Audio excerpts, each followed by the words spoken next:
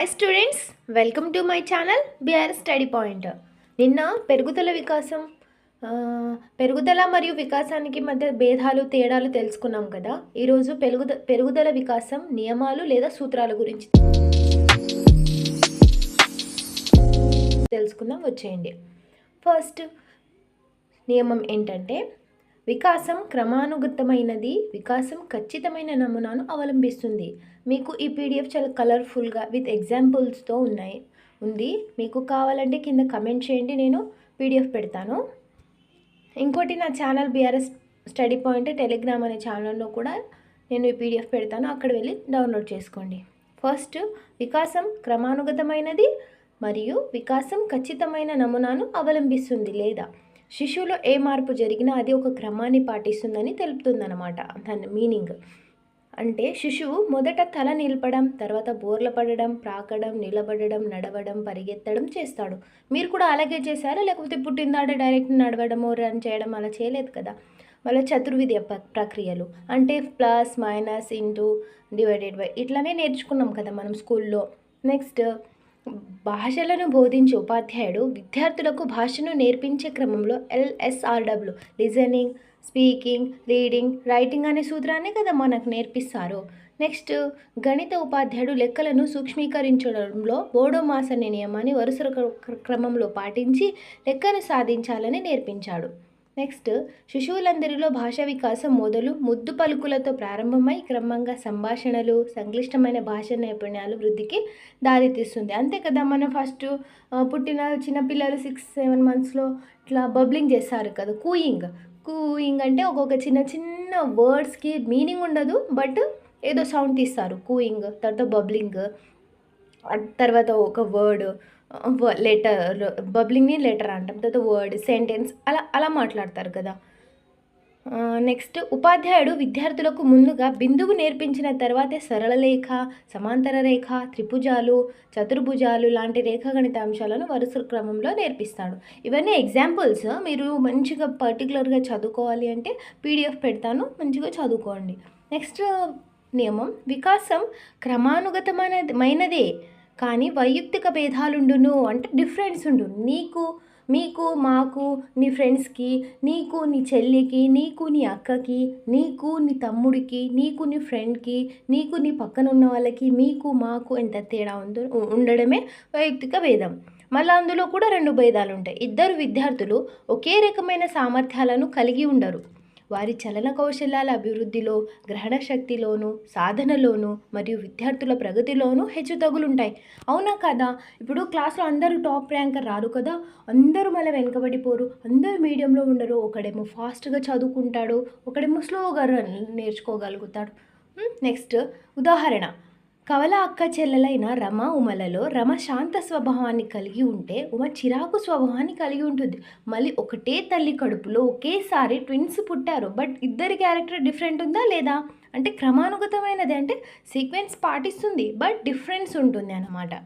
Next, ఉపాధ్యాయుడు పాఠం అందరికీ ఒకేలా బోధించిన పరీక్షలో మార్కులలో హెచ్చు తగులుండను. ఇందాక చెప్పాను కదా, క్లాస్ రూమ్లో ఒక్కొక్కలాగా ఉంటారని.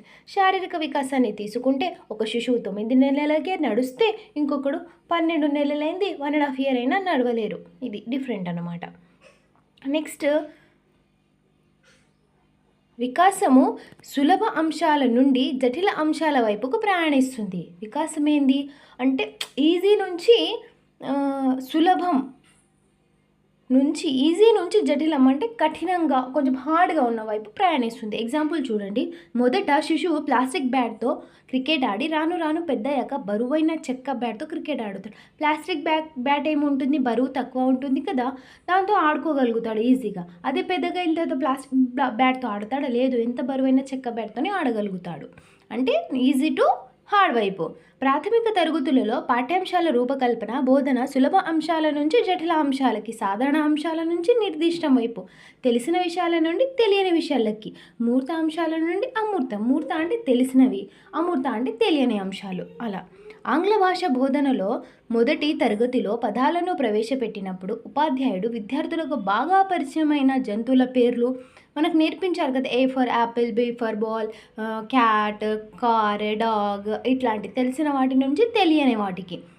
హెలికాప్టర్, జిరాఫీ ఇట్లా మనం చూడలేకొని ఉంటాం కదా, అట్లా నేర్పిస్తారు. తర్వాత పరిసరాల విజ్ఞానంలో మొదట శరీర భాగాల గురించి నేర్పించిన తర్వాత ఉన్నత తరగతుల్లో వివిధ వ్యవస్థ కూడిన జీర్ణాశయం గురించి చెప్పడం. అంటే మనకు ఫస్ట్ మొత్తం బయట ఉన్న ముక్కు, చెవులు, జ్ఞానేంద్రియాల గురించి చెప్తాడు. దాని తర్వాత హై క్లాసెస్కి వెళ్ళాక జీర్ణాశయం, శ్వాస వ్యవస్థ, హృదయానికి సంబంధించినది, లేకపోతే కిడ్నీకి సంబంధించినది, అంటే మనకు తెలియని విషయాల గురించి కూడా నేర్పిస్తారన్నమాట. ఫోర్త్ నియమం, వికాసం సాధారణ దిశ నుండి నిర్దిష్ట దిశగా జరుగును.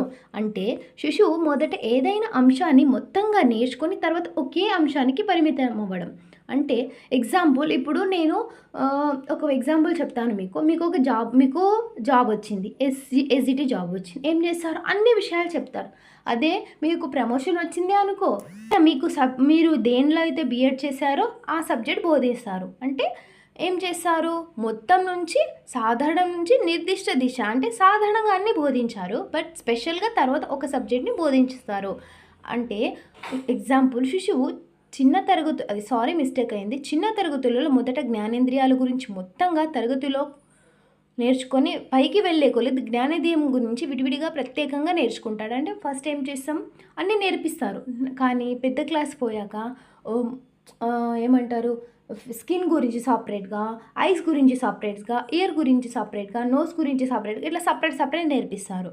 అంటే మొదట అన్నింటికి సర్వసాధారణమైన ఉద్వేగమైన ఉత్తేజమును చూపే శిశువు రాను విడివిడి ప్రతిస్పందనకై భయం, కోపం, అసూయ, ఏడుపులను చూపిస్తాడు. చిన్నప్పుడు ఏం చేస్తారు? ప్రతి దానికి వారికి ఏం చేయాలో తెలీదు, ఊగే ఇట్లా ఆరవడము ఒకటే, అంటే ప్రతిదానికి ఏడుపు. రాను ఏం చేస్తారు? కోపము, భయపడడం, అట్లా కొంచెం పెద్దగా అయ్యే డిఫరెంట్ ఎమోషన్స్ చూపిస్తారు. ఇప్పుడు మీకు చెప్పాను కదా ఎగ్జాంపుల్, ఇక్కడ ఉంది చూడండి. ఎస్జిటి ఉపాధ్యాయుడు తన పాఠశాల విద్యార్థులకు అన్ని సబ్జెక్టులను బోధిస్తాడు. అదే తనకు ఎస్ఏ ప్రమోషన్ వచ్చిన తర్వాత ఒక సబ్జెక్టుకు మాత్రమే పరిమితమై ఉంటాడు. ఓకేనా? నెక్స్ట్, శిశువు మొదట ఆడవాళ్ళందరినీ అమ్మ అని పిలిచిన తర్వాత కేవలం అమ్మని మాత్రమే అమ్మగా పిలవడము. శిశువు ఏదైనా వస్తువును పట్టుకోవాలన్నప్పుడు మొదట తన 2 చేతులను ఉపయోగిస్తాడు. దాని తర్వాత కేవలం చేతి వేళ్ళతో రాయగలుగుతాడు. మీరు చిన్నపిల్లలకి పెన్ ఇస్తే 5 ఫింగర్స్ తోటి రాస్తారు. అదే మీరు అలా రాస్తారా? లేదు కదా, అదే అన్నమాట. నెక్స్ట్, శిశువు ముందుకు వెళ్ళడానికి శరీరం మొత్తాన్ని ఉపయోగించి ప్రాకుతాడు. తర్వాత కేవలం నడవగలుగుతాడు. శిశువు మొదట పేపర్ పై రాయడానికి పెన్నును పిడికిలు ఉపయోగించి రాస్తాడు. తర్వాత కేవలం వేళ్ళను ఉపయోగించి మాత్రమే పెన్నుతో రాస్తాడు. ఓకేనా? నెక్స్ట్, 5th, వికాసము 2 నిర్దేశిక పోకడలతో ఉంటుంది. ఒక ఖచ్చితమైన దిశగా సాగుతుంది. అందులో ఒకటి శిరోపాదాభిముఖ వికాసం, సెఫలోకాడల్. ఓకేనా? సెఫలోకాడల్ అంటే గర్భస్థ శిశువులో తలపై పట్టు ఏర్పడిన తర్వాతనే ఇతర అంగాలు ఏర్పడడం, గర్భానంతరం తల కదిలించడం నేర్చుకున్న తర్వాతనే ఇతర చలన కౌశల అభివృద్ధి ఉంటుందని శాస్త్రవేత్తల అభిప్రాయం. దీనినే శిరోపాదాభిముఖ వికాసం అంటారు. ముందుగా శిరస్సు నిర్మాణం విధులు క్రమంగా జరిగి తర్వాత నడుము, వెన్నెముక్క, చేతులు మరియు చివరికి పాదాలైన అదుపును శిశువు సాధిస్తుంది. అందుకే శిశువు మొదట తలను నిలిపిన తర్వాతనే నడుమును ఉపయోగించి కూర్చోవడం, తర్వాత కాళ్ళను నిలిపి నడవడం చేస్తాడు. అనగా వికాసం అనుధైర్య పద్ధతిలో శిరస్సు నుండి పాదాభిముఖంకి జరుగును. ఇక్కడ చూడండి, ఇది ఫస్ట్ పిక్ ఉంది కదా, అంటే హెడ్ నుంచి కిందికి వస్తుంది. దీనే శిరం అంటే ఏంది? హెడ్, శిరోపాదాభిముఖం. నెక్స్ట్ ఇది ఏంది?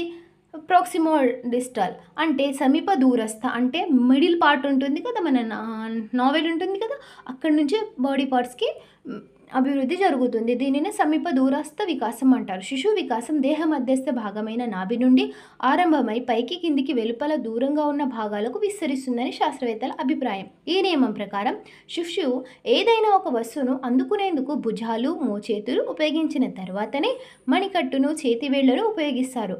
అనగా శిశువు మొదట పెద్ద కండరాలపై తర్వాత రాను చిన్న కండరాలు, అంటే స్థూల కండరాలు నేర్చుకున్న తర్వాతనే సూక్ష్మ, అంటే మొదటగా ఏం చేస్తాడు? పెద్ద ఏదైనా పట్టుకోవాలంటే 2 హ్యాండ్స్ ఉపయోగిస్తాడు. చిన్నది ఏం పట్టుకోవాలన్నా మొత్తం 5 ఫింగర్స్ని ఉపయోగిస్తాడు. దాని తర్వాత అతనికి సూక్ష్మ కండరాలపై పట్టు వస్తుంది కదా, అప్పుడు చిన్న వస్తువులను 2 ఫింగర్స్ని ఉపయోగించి కూడా పట్టుకోగలుగుతాడు. ఓకేనా? ఇగో చూడండి, ప్రిన్సిపల్ డెవలప్ ఇక్కడ కూడా ఉంది చూడండి పిక్చర్లో. Central to outward, proximal distal, head to toe, cephalocaudal. ఓకేనా? నెక్స్ట్ క్లాస్లో మిగతా 5 నియమాలు ఉన్నాయి కదా, అవి నేర్చుకుందాం. క్లాస్లో ఎంత అవుతుందని నేనే 5 తీసుకున్నాను. నెక్స్ట్ క్లాస్లో 5 తీసుకుందాం. మీకు పీడిఎఫ్ లింక్లో ప్రొవైడ్ చేస్తాను, వెళ్ళి డౌన్లోడ్ చేసుకోండి.